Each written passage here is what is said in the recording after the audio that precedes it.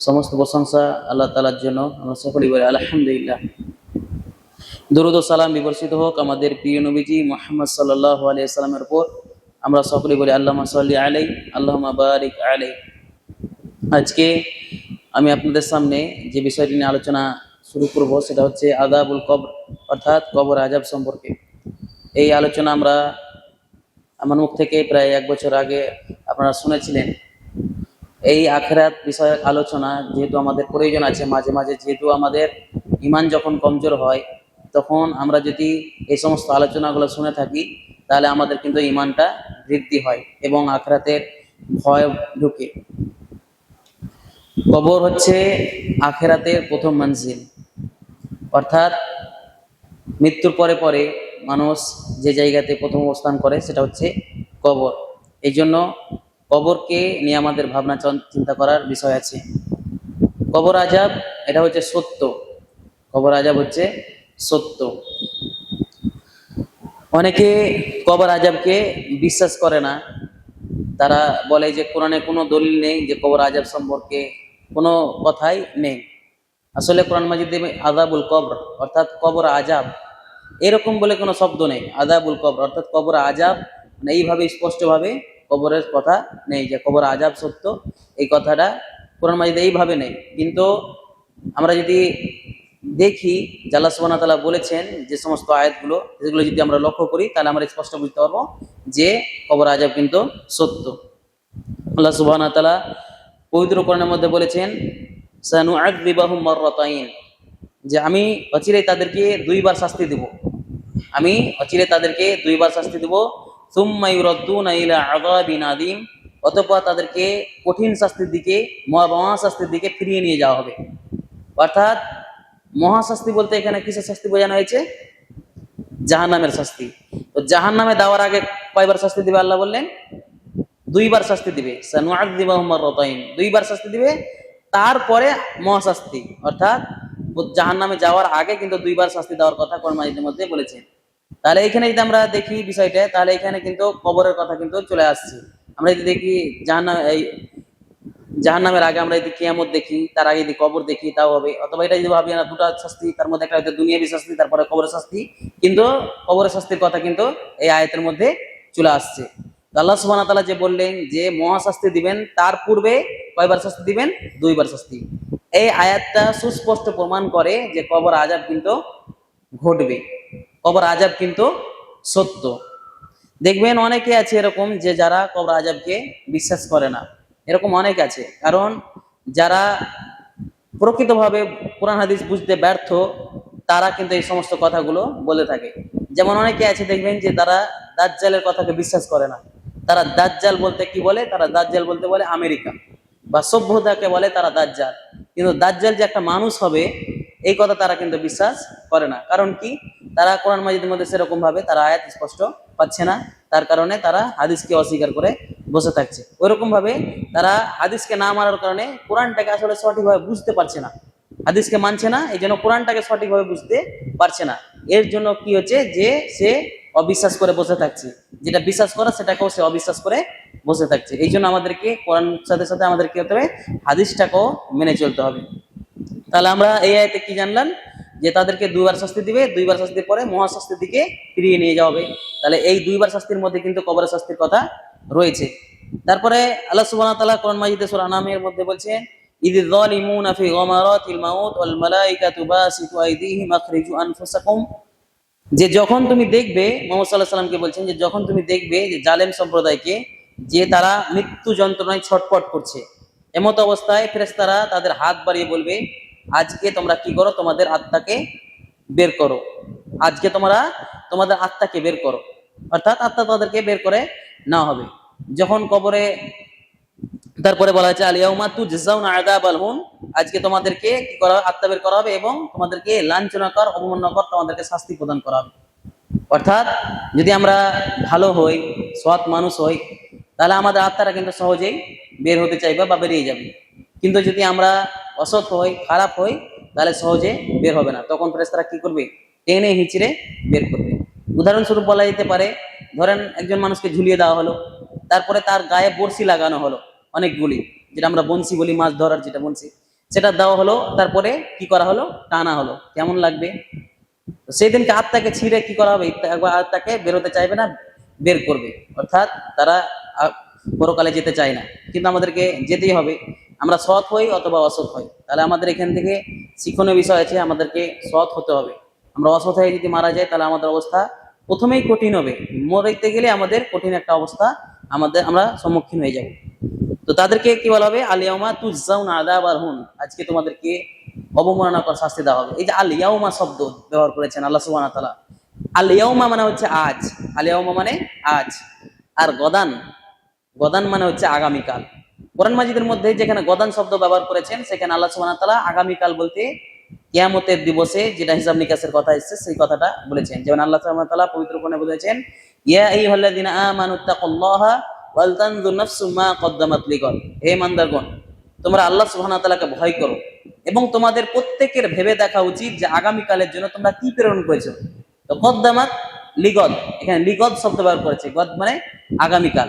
তো তোমরা কি পেশ করেছো, অর্থাৎ তোমাদের কিয়ামতের মাঠে আল্লাহ সুবহানাহু ওয়া তাআলার সামনে দাঁড়াতে হবে, তোমাদের হিসাব নিকাশ দিতে হবে, জবাবদিহিতা করতে হবে। তো তোমরা কি প্রস্তুত গ্রহণ করলে, তোমরা কি এমন অর্জন করলে দুনিয়াতে। এই যে গদান শব্দ দ্বারা কি বোঝায় না, আগামীকাল। এই আগামীকাল বলতে কিয়ামতের দিবসকে বোঝানো হয়েছে।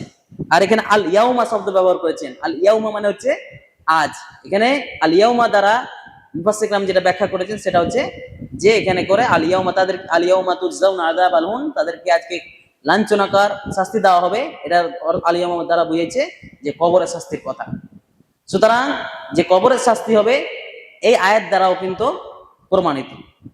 আমরা জানি আর একটা হাদিস সম্পর্কে যে যারা কবর আযাবে শাস্তির সম্মুখীন হবে তাদেরকে কি করা হবে, সকাল এবং সন্ধ্যা তাদের যে স্থান সেটা দেখানো হবে। সে যদি জান্নাতি হয় তাহলে তার স্থান জান্নাত, এটা দেখানো হবে। এবং সে যদি জাহান্নামী হয় তাহলে তার স্থান যেটা জাহান্নাম সেটা কিন্তু তাকে সকাল এবং সন্ধ্যা কি করা হবে, দেখানো হবে। এটা কবরে হবে তাকে। এবার এটা হাদিস দ্বারা প্রমাণিত। এর পক্ষে এবার কোরআনের আয়াতও আছে। আল্লাহ সুবহানাহু ওয়া তাআলা পবিত্র কোরআনের মধ্যে বলছেন সূরা মুমিন গাফিরের মধ্যে, ওয়াহাকা বিআলি ফিরাউনা সুউল আযাব, ফিরাউনের দলবলকে খারাপ আযাবে ঘেরাও করে নিল, তাদেরকে আযাবে ঘেরাও করে নিল। আন-নারু ইউরাদুনা আলাইহা গুদুওয়া ওয়া আশিয়া, তাদের সামনে সকাল এবং সন্ধ্যা আগুন পেশ করানো হবে। ফেরাউনের দলবল, ফেরাউনের যে সঙ্গী সাথী যারা ফেরাউনের সাথে ছিল তারা কোথায় যাবে, জান্নাতে না জাহান্নামে? জাহান্নামে যাবে। এই জন্য আল্লাহ বলছেন আন-নারু ইউরাদুনা আলাইহা গুদুওয়া ওয়া আশিয়া, তাদের সামনে সকাল এবং সন্ধ্যা কি পেশ করানো হবে, আগুন পেশ করানো হবে, অর্থাৎ জাহান্নামের আগুন তাদের সামনে পেশ করানো হবে। তাহলে ফেরাউনের দলবল, ফেরাউন কোথায় যাবে, জাহান্নাম যাবে। এটা কোরআন আয়াত দ্বারা প্রমাণিত। এবং এই যে কথাটা এলো এখানে যে সকাল এবং সন্ধ্যা আগুন পেশ করানো হবে, তারা কোথায় যাবে, জাহান্নাম যাবে। এই যে সকাল এবং সন্ধ্যা আগুন পেশ করানো হবে, এটা কোথায় করা হবে, এই কবরে। সকাল এবং সন্ধ্যা কোথায় পেশ করানো হবে, এই কবরে শাস্তি পেশ করা হবে। এবং ওয়ায়াউমা তাকুমুস সাআ, এবং যেদিন কি হবে, কিয়ামতের মাঠে তারা উঠবে। যে কবরের কথা আলোচনা হলো, তারপরে কিন্তু আল্লাহ কি বলছেন, কিয়ামতের দিবসের কথা। কবরের পরে তো কিয়ামত যাবে, তো কিয়ামতের দিবসে যারা যখন উঠানো হবে তাদেরকে আল্লাহ বলবেন আদখিলু আলি ফিরাউনা আশাদ্দাল আযাব, যে ফিরাউন সম্প্রদায়কে কি করাও, প্রবেশ করাও কঠিন শাস্তিতে। অর্থাৎ কঠিন শাস্তি বলতে এখানে কি, জাহান্নামে। অর্থাৎ কিয়ামত থেকে তাদেরকে কি করতে হবে, তাদেরকে জাহান্নামে প্রবেশ করা। তাহলে এই আয়াত দ্বারা স্পষ্ট হচ্ছে যে কবরের আযাব কিন্তু সকাল সন্ধ্যা দেখানো হবে। তাহলে এই আয়াত দ্বারা আমরা স্পষ্ট কি বুঝতে পারছি, যে কবর আযাব কিন্তু সত্য, কবরের আযাব সে সত্য, এটা কোরআন মাজিদ দ্বারা প্রমাণিত, আমরা স্পষ্ট জানলাম। ওই যে বললাম যে হাদিস অস্বীকার করছে তারা কিভাবে জানবে, এই আয়াতটা কি বুঝতে পারবে সহজেই, যেটা কবরের কথা বলানো। এখানে কবর কবর কথাটা উল্লেখই নেই, কবরের কথা কিন্তু কোরআনে উল্লেখ নেই। কিন্তু তার যদি হাদিস পড়া থাকে, হাদিস সম্পর্কে তার যদি জ্ঞান থাকতো তাহলে কিন্তু সে সহজে স্বীকার করতে পারতো, হ্যাঁ হাদিসে এরকম হাদিস পড়েছি, সেম কোরআনের সাথে মিলে যাচ্ছে, এটা বুঝতে পারলেন। হাদিসকে তারা তো অস্বীকার করে, তাহলে তারা কিভাবে এগুলোর ব্যাখ্যা বুঝবে, সঠিক ব্যাখ্যা কখনোই তারা বুঝতে পারবে না। এই জন্য আমাদেরকে কোরআনের পাশাপাশি আমাদেরকে হাদিসকে মেনে চলতে হবে। তারপরে কবর আযাব সত্য এই কথা মানুষজন কেন, যে রাসূল সাল্লাল্লাহু আলাইহি সাল্লামের স্ত্রী আয়েশা রাদিয়াল্লাহু আনহা তিনিও কিন্তু জানতেন না যে কবর আযাব কিন্তু সত্য, একথা তিনি কিন্তু জানতেন না। একদিন দাখালা আলাইয়া আজুজান মিন উসরি ইয়াহুদিল মদিনাতি, দুইজন ইহুদি বৃদ্ধা মহিলা রাসূল সাল্লাল্লাহু আলাইহি সাল্লামের স্ত্রীর কাছে এলেন। ফাকালাত আলী ইন্না আহলাল কুবুরি ইউআযাবুনা ফি কুবুরিহিম, যে তারা দুজন বললেন, বৃদ্ধা মহিলা বললেন যে নিশ্চয় কবরবাসীকে কবরে শাস্তি দেওয়া হয়। কবরবাসীকে কি করা হয়? কবরে শাস্তি দেওয়া হয়। তারা জানতো এটাই যে হয়তো কবরে চলে গেল, তারপরে কবরে আর শাস্তি নেই, জান্নাত জাহান্নাম আছে, কিন্তু কবরে শাস্তি হয় তা তিনি কিন্তু জানতেন না। ফাকাযযাবতুহুমা, তিনি কি করলেন? আয়েশা রাদিয়াল্লাহু আনহা তিনি ফাকাযযাবতুহুমা, কাযযাবা যেটা কাযাব বলি আমরা, এটা হচ্ছে মিথ্যা মনে করা। তো তিনি কি করলেন? মিথ্যা মনে করলেন, তাদের দুজনের কথাকে বিশ্বাস করতে পারলেন না। তারপরে তিনি কি করলেন? রাসূল সাল্লাল্লাহু আলাইহি সাল্লাম তিনি বাড়িতে এলেন।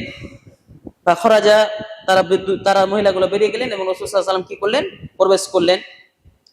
তারপর রাসূল সাল্লাল্লাহু আলাইহি সাল্লামকে আয়েশা রাদিয়াল্লাহু আনহা তিনি কিন্তু জিজ্ঞেস করলেন, হে আল্লাহর রাসূল, দুইজন ইহুদি বৃদ্ধা মহিলা এসেছিল মদিনার, তারা বলছে যে নিশ্চয়ই কবরবাসীকে কবরে শাস্তি প্রদান করা হয়, এ কথা কি সত্য? তখন রাসূল সাল্লাল্লাহু আলাইহি সাল্লাম কি বলেছেন? যে সদাকতা, তারা দুজন কি বলেছে? সত্য বলেছে। আল্লাহ রাসূল সাল্লাল্লাহু আলাইহি সাল্লাম যখন বললেন, তখন মা আয়েশা রাদিয়াল্লাহু আনহা তিনি কিন্তু বিশ্বাস করলেন। তারপরে আল্লাহ রাসূল সাল্লাল্লাহু আলাইহি সাল্লাম শব্দ ব্যবহার করছেন যে ইন্নাহুম ইউআযাবুনা আযাবান তাসমাউল বাহাইমু কুল্লুহা।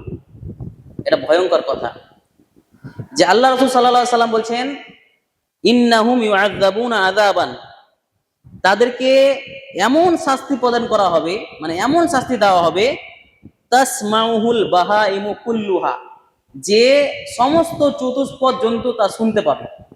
মানে কবরবাসীকে কি করা হবে? এত শাস্তি প্রদান করা হবে যে সমস্ত চতুষ্পদ জন্তু এটা শুনতে পাবে, তার শাস্তির আওয়াজটা সমস্ত চতুষ্পদ জন্তু শুনতে পাবে, তবে মানুষ আর জিন ছাড়া। অন্য হাদিসে এসেছে।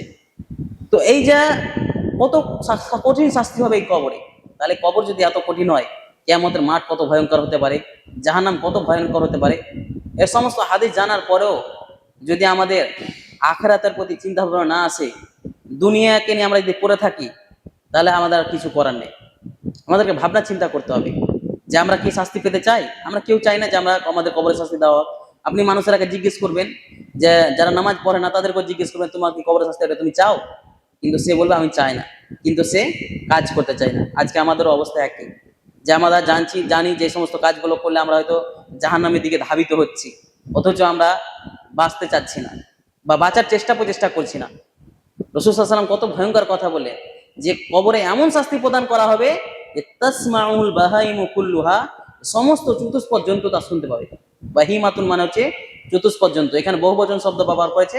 তারপরে রাসূল সাল্লাল্লাহু আলাইহি ওয়াসাল্লাম তাগিদ করে বলছে কুল্লুহা, মানে সমস্ত কথাটা ব্যবহার করেছে। কুল্লুন মানে সমস্ত, তো এখানে তাগিদ দিয়ে বলেছে যে সমস্ত চতুষ্পদ জন্তু কি করতে পাবে? সেটা শুনতে পাবে, তাদের শাস্তি।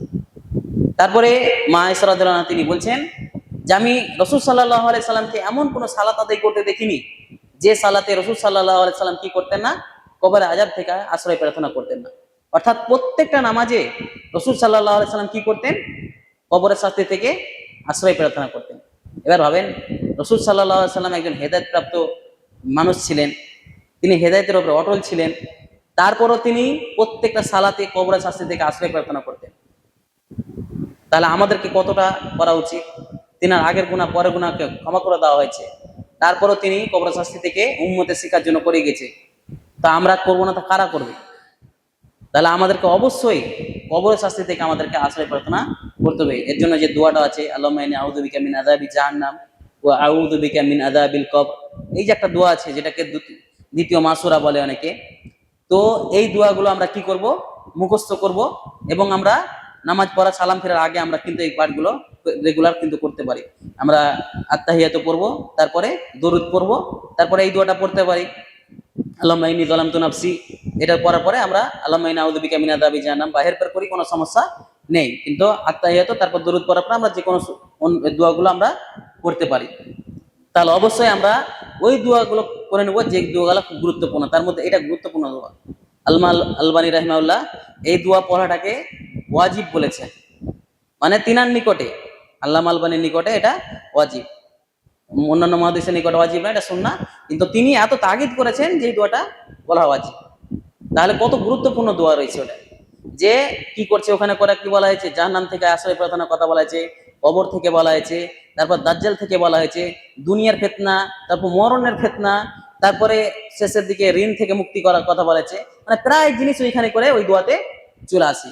এই জন্য আমরা ওই দোয়াটা মুখস্থ করে নেওয়ার চেষ্টা করি। আল্লাহ সুবহানাহু ওয়া তাআলা আমাদের দোয়া কবুল করে নেই, আর আমরা যদি হেদায়েত পথে চলতে লাগি, ইনশাআল্লাহ আমরা কবরের শাস্তি থেকে আমরা বেঁচে যেতে পারি ইনশাআল্লাহ। তা আমরা অবশ্যই দোয়ার প্রতি গুরুত্ব দেবো, আমরা দোয়াগুলো মুখস্থ করার চেষ্টা করব। তারপরে কবরের যে একটা চাপ দেওয়া হবে, এই চাপটা কিন্তু প্রত্যেকটা ব্যক্তিরই কিন্তু হবে। কবর যে চাপ দিবে, এটা প্রত্যেকটা ব্যক্তিরই কিন্তু চাপ হবে। একজন ব্যক্তি যে সাদ ইবনে মুআদ রাদিয়াল্লাহু আনহু, তিনি একজন বিখ্যাত সাহাবী ছিলেন। তিনের ব্যাপারে বলা হচ্ছে, রাসূল সাল্লাল্লাহু আলাইহি সাল্লাম বলছেন যে হাযাল্লাযী তাহাররাকা লাহুল আরশ।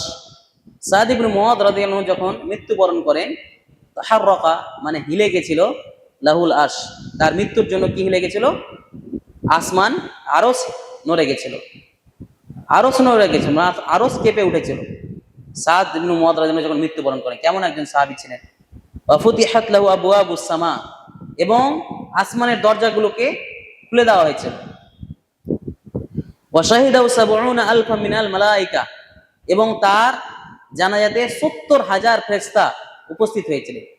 জানি না আমাদের জানাজাতে কয়টা ফেরেশতা উপস্থিত হবে। তাহলে এই যে বিখ্যাত একজন সাহাবী, তার কি হয়েছিল যে তার জন্য আল্লাহ কি করেছিল? তার আল্লাহর আরশ কেঁপে উঠেছিল, তার জন্য আসমানের দরজাগুলোকে খুলে দেওয়া হয়েছিল, এবং তিনার জানাজাতে ৭০,০০০ ফেরেশতা কি করেছিলেন?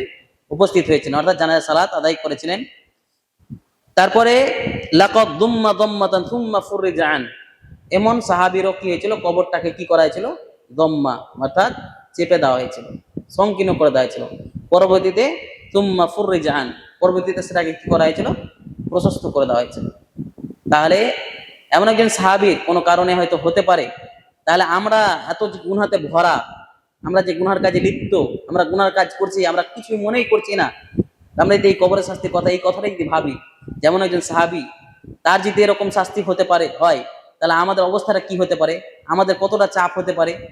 তাহলে আমাদের দ্বারা কি হবে? যে গুনাহকে আমাদের ত্যাগ করা আমাদের জন্য সহজ হবে।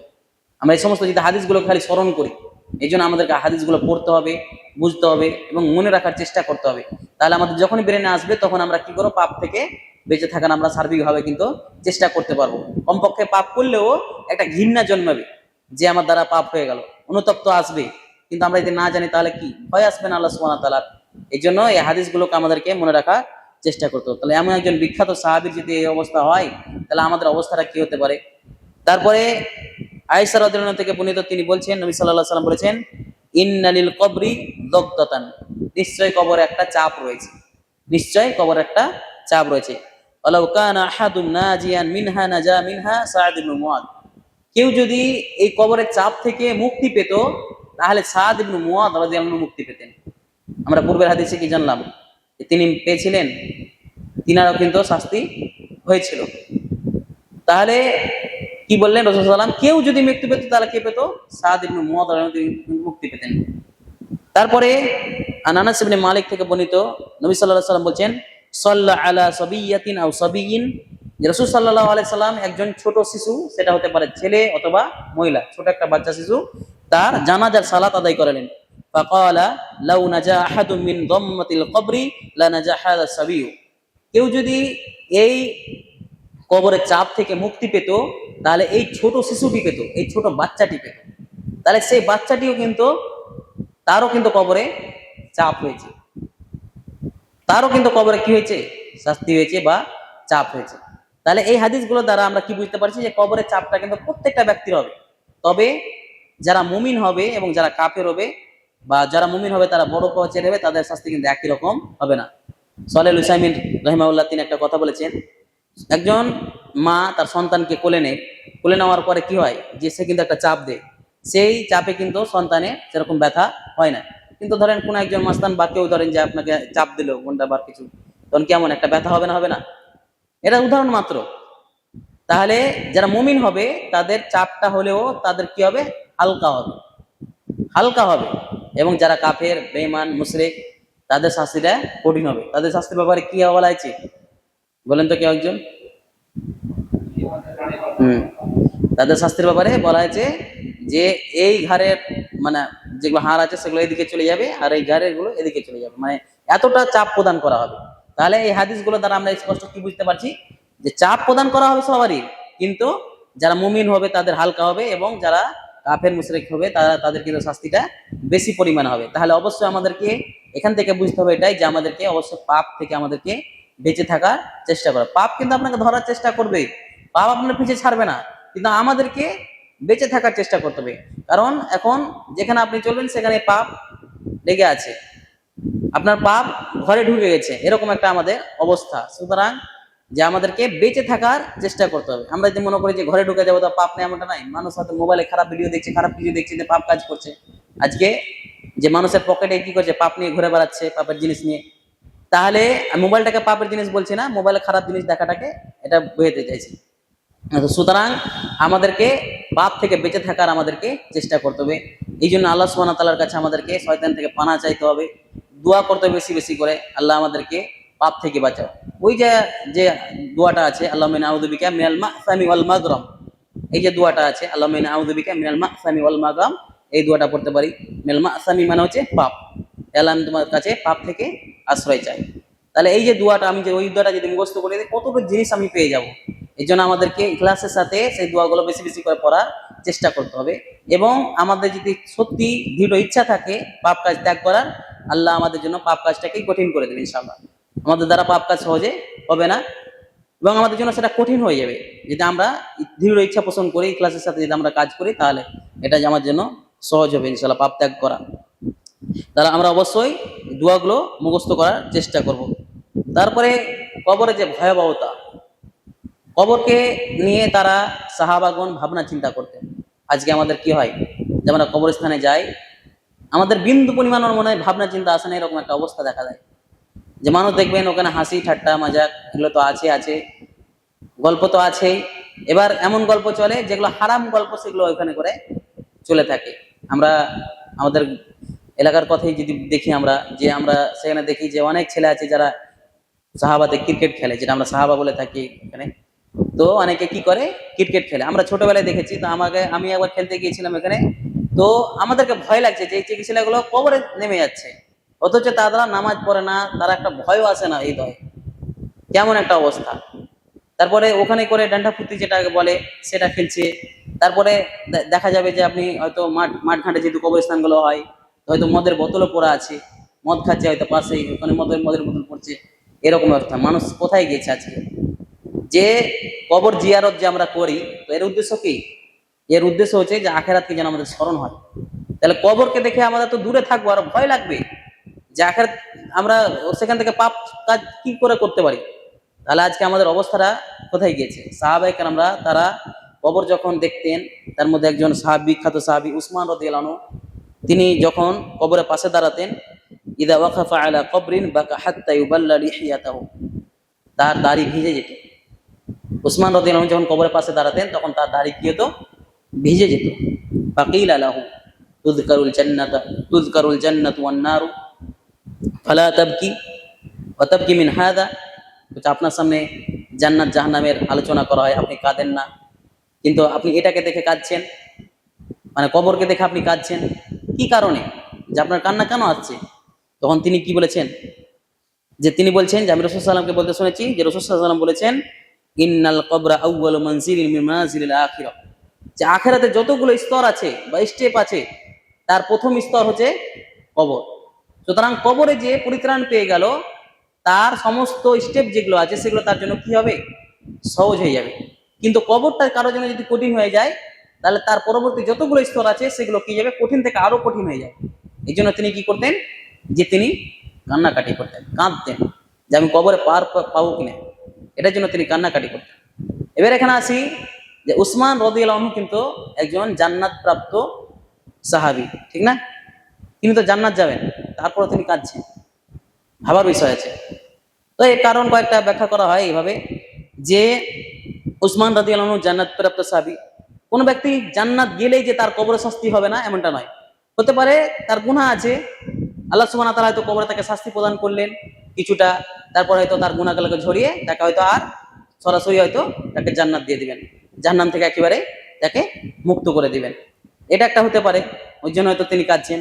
অনেক সময় কি হয় যে আমরা টেনশনের মাথায় অনেক কিছু কিন্তু কথা ভুলেও যাই, ঠিক হয় না? এমন একটা কঠিন পরিস্থিতি হয়েছে যে সহজ জিনিসও কিন্তু আমরা সে সময় কিন্তু আর মাথায় থাকে না, আমাদের মাথার কাজ করে না। ওই জায়গাটা একটা ভয়ঙ্কর জায়গা। হয়তো তিনি যে জান্নাতপ্রাপ্ত সাহাবী, এই কথাটা তার হয়তো মাথায় নেই যে আমি জান্নাতপ্রাপ্ত সাহাবী। আরেকটা দিক হতে পারে, যে যত বেশি আল্লাহ সুবহানাহু ওয়া তাআলাকে ভয় করে সে তত বেশি কান্নাকাটি করে। এই জন্য আমরা দেখি যে রাসূল সাল্লাল্লাহু আলাইহি ওয়াসাল্লাম কি করতেন, সব থেকে বেশি কাঁদতেন। সালাত যখন আদায় করতেন তখন কাঁদতেন, টুকরে টুকরে কাঁদতেন।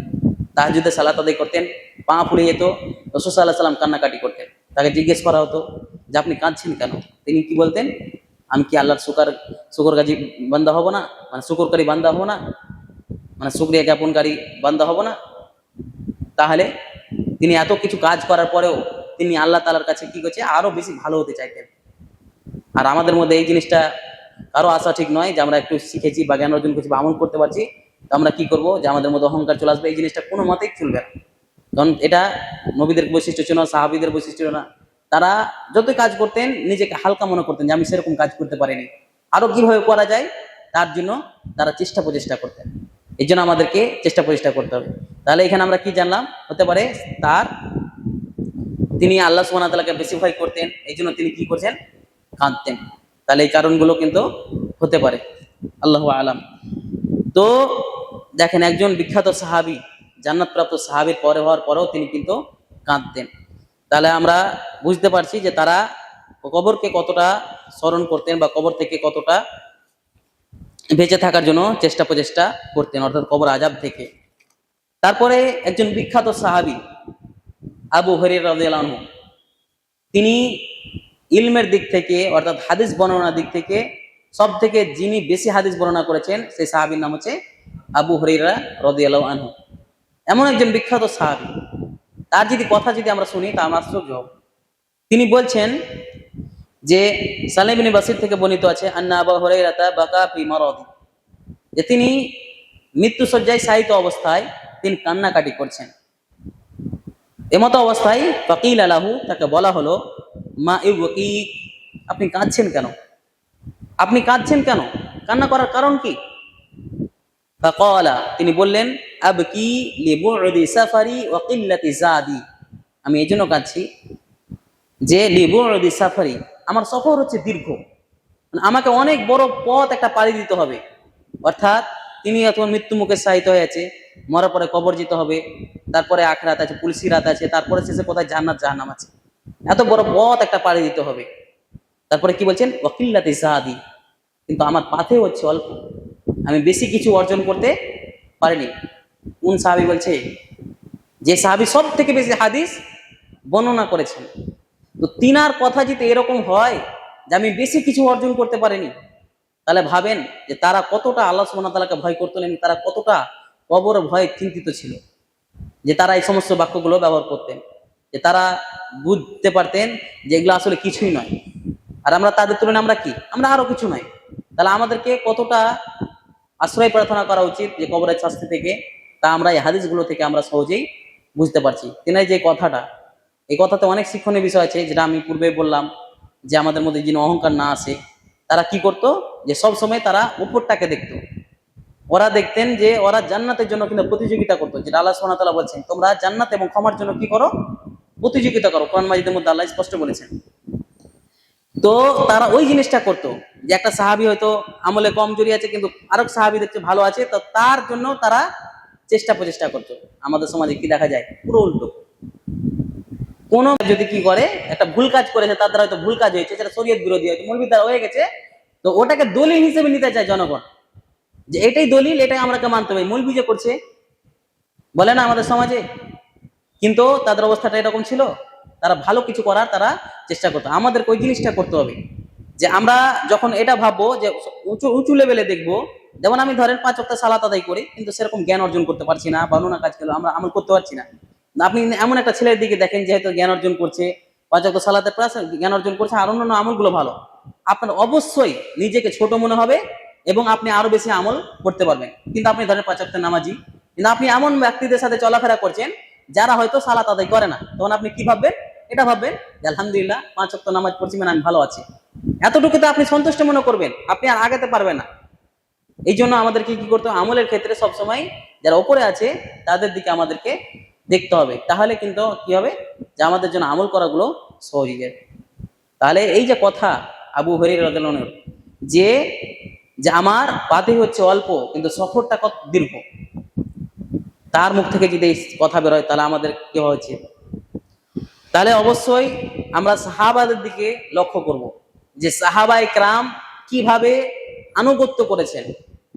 সাহাবায়ে কেরাম তারা কি করতেন, এত বেশি আল্লাহ সুবহানাহু ওয়া তাআলার আনুগত্য করতেন যে আল্লাহ সুবহানাহু ওয়া তাআলা তাদের উপর সন্তুষ্ট হয়ে গেছেন, যে রাদিয়াল্লাহু আনহু ওয়া রাদিয়াল্লাহু আনহু ওয়া রাদু আন, যে আল্লাহ সুবহানাহু ওয়া তাআলা কি করে তাদের উপর সন্তুষ্ট এবং তারা আল্লাহর উপরে কি সন্তুষ্ট। তাহলে সেই সাহাবাগণের মতো আমাদেরকে কি করতে হবে, আমাদেরকে হওয়ার চেষ্টা করতে হবে, মানে আমরা তাদের মতো আনুগত্য করার আমরা চেষ্টা প্রচেষ্টা যদি করি তাহলে ইনশাআল্লাহ আল্লাহ সুবহানাহু ওয়া তাআলা কি করবেন, আমাদের উপরেও সন্তুষ্ট হয়ে যাবেন। এবং আল্লাহ যদি আমাদের উপর খুশি হয়ে যায় তাহলে আমরা অবশ্যই জান্নাত যেতে পারবো, আমাদের জান্নাতের পথ সহজ হবে ইনশাআল্লাহ। তো সেই জন্য আমাদেরকে কি করতে হবে, সাহাবায়ে কেরামের দিকে, সাহাবায়ে কেরামের মতন করে চলার আমাদেরকে চেষ্টা প্রচেষ্টা করতে হবে। আমাদের সমাজে কিছু মানুষ আছে যাদের দিক থেকে আফসোস লাগে, যারা সাহাবায়ে কেরামকে গালি দেয়, সাহাবায়ে কেরামের জীবনী সম্পর্কে না জানার কারণে সাহাবায়ে কেরামদের গালি দেয়। কিছু হয়তো গৃহযুদ্ধ হওয়ার কারণে, কিছু কোনো কারণবশত হয়েছে বা কিছু কারণে কি হয়েছে, তারা সাহাবার সম্পর্কে অপবাদ দেয়। যেমন মুয়াবিয়া রাদিয়াল্লাহু আনহু সম্পর্কে দেখবেন যে গালি দেয়, পাকিস্তানের একজন আলেম আছে সবসময় খালি গাল দেয়, ওর যারা ছাত্র আছে তারাও দেখবেন যে তাকে সাহাবাকে গাল দেয়। কিন্তু আল্লাহ সুবহানাহু ওয়া তাআলা সার্টিফাইড দিয়েছে তাদের বিষয়ে যে সাহাবায়েরা কেমন, আর এরা কি করে সাহাবার ব্যাপারে উল্টো পুল্টো কি করে মন্তব্য করে। সুতরাং সাহাবাদেরকে গালি দেওয়া যাবে না, সাহাবাদের ব্যাপারে বিরূপ মন্তব্য করা যাবে না। যেমন ধরেন সাহাবারকে যুগেও কিন্তু জেনা হয়েছে, হয়েছে না হয়নি? কিন্তু সাহাবারা এমন একটা তওবা করেছে যেটাতে আল্লাহ সুবহানাহু ওয়া তাআলা হয়তো তাকে সমস্ত গুনাহ কি করেছে, ক্ষমা করে দিয়েছে। এবার তারকে আমরা সমালোচনা করতে পারি? আল্লাহ কি করেছেন, ক্ষমা করে দিয়েছে। এবার যে আমরা যদি সমালোচনা করি তাদের, তাহলে সেটা ক্ষতি, আমাদেরই ক্ষতি আছে। এমনকি হয়তো ওই সময় সাহাবা যেমন হয়তো যে যখন তাকে করায় পুতা হয়, তারপরে তাকে মারা হয়, তখন একটা রক্ত মনে সময় একজন সাহাবীর মুখে ছিটে এসেছিল, তখন সেই সাহাবী একটু কেমন ভাব করেছিল, তখন তিনি সমত রাসূল সাল্লাল্লাহু আলাইহি ওয়াসাল্লাম সেই কথাটা বলেছিলেন যে সে এমন তওবা করেছে যেটা 70 জনের সাহাবীর মধ্যে যদি বেটে দেওয়া হয় তাও তার থেকে বেশি। তার মানে তার তওবাটাও কেমন ছিল। আর সব থেকে বড় যেটা সেটা ছিল যে আল্লাহর প্রতি তাদের কতটা ভালোবাসা, তাদের ভুলে গেছে তো কতটা ভালোবাসা সাহাবায়ে কেরামদের। আফসোস মানে আজকে ধরেন কেউ যদি জেনা করে, কেউ স্বীকার করবে আমি জেনা করেছি, আমি পবিত্র হতে চাই? সাহাবায়ে কেরামরা জানের পরোয়া করেনি, মৃত্যু পরোয়া করেনি, তিনি ছুটে এসেছেন নিজের পবিত্র প্রিয় হব, আমি কিভাবে জান্নাত যাব, এটা তাদের চেষ্টা প্রচেষ্টা ছিল। আর আজকে কি হবে যে মানুষকে জান্নাতের পথে ডাকবেন, আপনি পালিয়ে বেড়াবেন, জান্নাতের পথে আসতে চায় না, তারা উল্টা দিকে চলতে চায়। এই হচ্ছে অবস্থা আমাদের।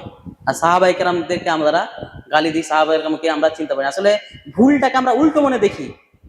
ওটা ভুল বা মিস্টেক হয়েছে, পাপ হয়েছে, সেটা আলাদা দিক, কিন্তু সেটাকে আমাদেরকে দেবে তারা ক্ষমা করে দেওয়া হয়েছে, আমরা কেন তার আর মন্তব্য করতে যাব? আমরা তার সে ব্যাপারে আর মন্তব্য করতে পারি না। কিন্তু কি করে, অপব্যাখ্যা করে দিয়ে কি করে বিদ্বেষগুলো ছড়ায়। তাহলে সাহাবায়ে কেরামরা কিভাবে আল্লাহ সুবহানাহু ওয়া তাআলাকে ভয় করতো, তো সেই সাহাবীদের জীবনী সম্পর্কে আমাদের অধ্যয়ন দরকার আছে, সেই সাহাবীদের জীবনীগুলো আমাদেরকে পড়ার দরকার আছে। তাহলে আমাদের ঈমানটা কি হবে, তরতাজা হবে, এবং আমরা জানতে পারবো আসলে সাহাবায়ে কেরামরা কারা ছিল, তারা কত ত্যাগ তিতিক্ষা করেছে ইসলামের জন্য। তাদের জীবনীগুলো দেখেন যে তারা ইসলামকে টিকানোর জন্য একটা দেশ থেকে আর একটা দেশে কি করেছেন, পাড়ি দিয়েছেন। একটা জায়গা থেকে আর একটা জায়গায় কি করেছেন, তারা পাড়ি দিয়েছেন। যে মক্কা থেকে তারা মদিনায় গেছেন হিজরত করে, যে কিসের জন্য, যে ইসলামটাকে টিকানোর জন্য, কিভাবে ইসলামের প্রচার প্রসার করা যায় তার জন্য, এটার জন্য তারা এক জায়গা থেকে আরেক জায়গায় গিয়েছে। তো তাদের ত্যাগ তিতিক্ষা যদি দেখি তাহলে আমাদের ঈমানের গতি বেড়ে যাবে। তো সেই সাহাবায়ে কেরামরা কবরের শাস্তি সম্পর্কে কতটা সচেতন ছিলেন এবং তারা কতটা ভয় করতেন, তাহলে তাদের দিকে আমাদেরকে দেখতে হবে। তারপরে শেষে কবরের শাস্তি থেকে কিছু বাঁচার উপায় বলে আমি আমার বক্তব্য শেষ করব। এক নম্বর হচ্ছে যে কবরের শাস্তি থেকে বাঁচার উপায় হচ্ছে যে সৎ আমল করা, ভালো কাজ করা। সৎ আমল যদি আমরা করি তাহলে কবরের শাস্তি থেকে আমরা রক্ষা পাবো।